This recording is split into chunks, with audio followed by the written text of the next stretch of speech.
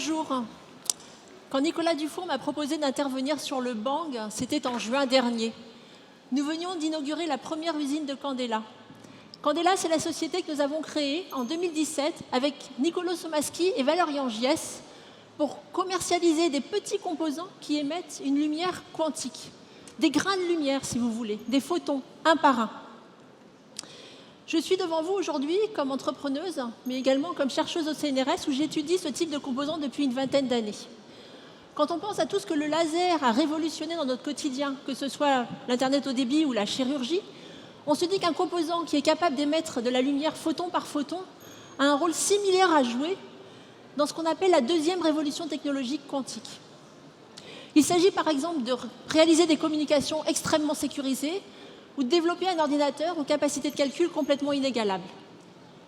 En 2017, nous avions décidé de créer Candela pour mettre ces composants sur le marché et soutenir le développement des technologies quantiques. En 2020, nous avons décidé de fabriquer nous-mêmes notre ordinateur quantique et juste 2 ans après, nous avons mis notre premier prototype sur le cloud. En juin dernier, donc, nous inaugurions notre première usine et nous étions accompagnés notamment d'Alain Aspect, prix Nobel de physique, qui était sur cette scène ce matin, du ministre délégué à la transition numérique, du directeur général de la BPI, de la présidente de l'université Paris-Saclay, du président directeur général du CNRS et de nombreuses autres personnes formidables qui nous accompagnent depuis le début de l'aventure. Quelle fierté pour nous. Nous, je veux dire la famille Candela. Alors quand on m'a dit que le thème de l'année au Bang, c'était la fierté, j'avais plein d'images en tête. Très facile d'imaginer ce que j'allais vous raconter, toutes ces joies formidables que j'ai ressenties quand l'objet de laboratoire est devenu un produit, quand nos premiers clients ont pu réaliser des calculs quantiques qu'ils ne pouvaient pas faire avant, quand nos équipes ont mis sur le cloud notre ordinateur en 6 mois seulement. 6 mois, pour moi, c'était incroyable. Donc je pourrais faire une longue liste, comme on a entendu aujourd'hui sur cette scène, de toutes ces satisfactions que les fondateurs d'entreprises probablement ressentent quand les équipes s'emparent du projet, le transforment, le bonifient et lui donnent des ailes. J'ai quand même voulu vérifier, pour préparer, la définition dans le dictionnaire de fierté. Quelle n'a pas été ma surprise de lire fierté, attitude arrogante. Pardon? Attitude arrogante? Pour moi, fierté, c'est pas ça du tout. Pourquoi associer ce joli mot à cette notion si négative de supériorité et voire de mépris? Et puis j'ai eu un espèce de flashback. J'ai réalisé qu'effectivement, dans certaines circonstances, on pouvait associer la fierté à l'arrogance. J'ai en réalité pensé à ma mère, qui, elle l'exprime très clairement aujourd'hui, est infiniment fière de ses 3 filles, mais dont la fierté a été longuement tue, comme si elle était dangereuse, comme si elle l'exprimait, nous allons nous reposer sur nos lauriers, attraper la grosse tête, devenir arrogante. Alors oui, il faut que je sois un petit peu moins naïve. Il est évident, après avoir roulé ma bosse pendant 20 ans dans des conférences internationales, débattues avec des chercheurs du monde entier, d'avoir enseigné dans des grandes écoles prestigieuses, intervenu dans des instances de la science et de l'innovation au niveau national et international, que j'ai rencontré des collègues qui faisaient preuve d'autosuffisance et de supériorité, et je l'ai souvent reçu de plein fouet, et en effet, vraiment les frais. Malgré tout, vous l'entendez, je n'ai pas envie d'associer la notion de fierté et la notion d'arrogance. Et je réalise que l'absence totale d'arrogance est une caractéristique forte des personnes avec lesquelles j'ai construit mon parcours, aussi bien au CNRS que chez Candela.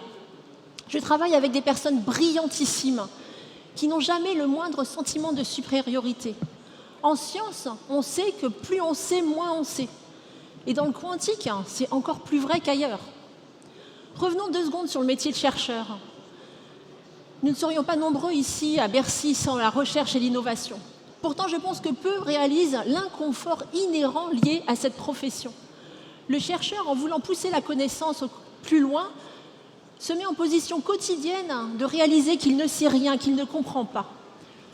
Quelle humilité, quel défi, qu'il faille donner des positions stables et des moyens suffisants à ces aventuriers me paraît le minimum.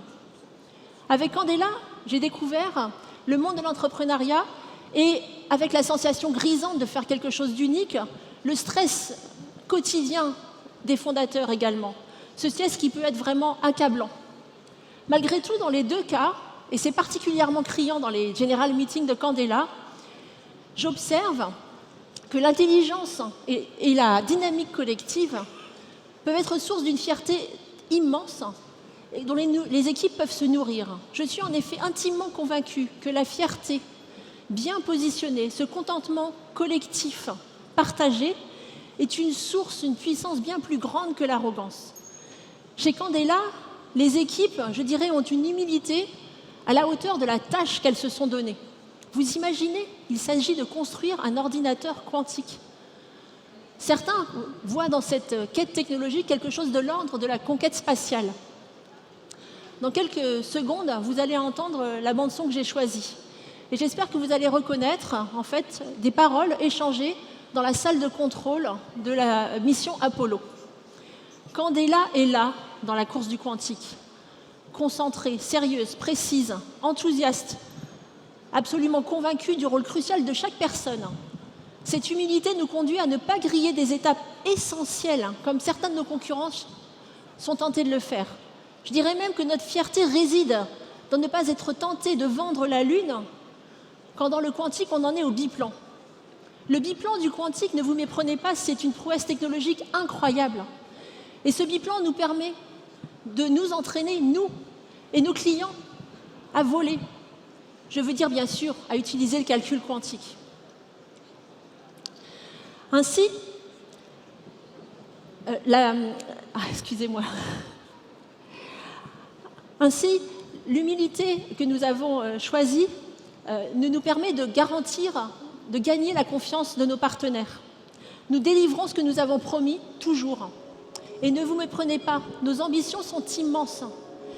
Mais je dirais que l'absence d'arrogance est un gage de notre réussite. Et les équipes de Candela peuvent se féliciter d'avoir le meilleur moteur qui soit. Bien sûr, je veux parler de la fierté du travail déjà accompli. Merci.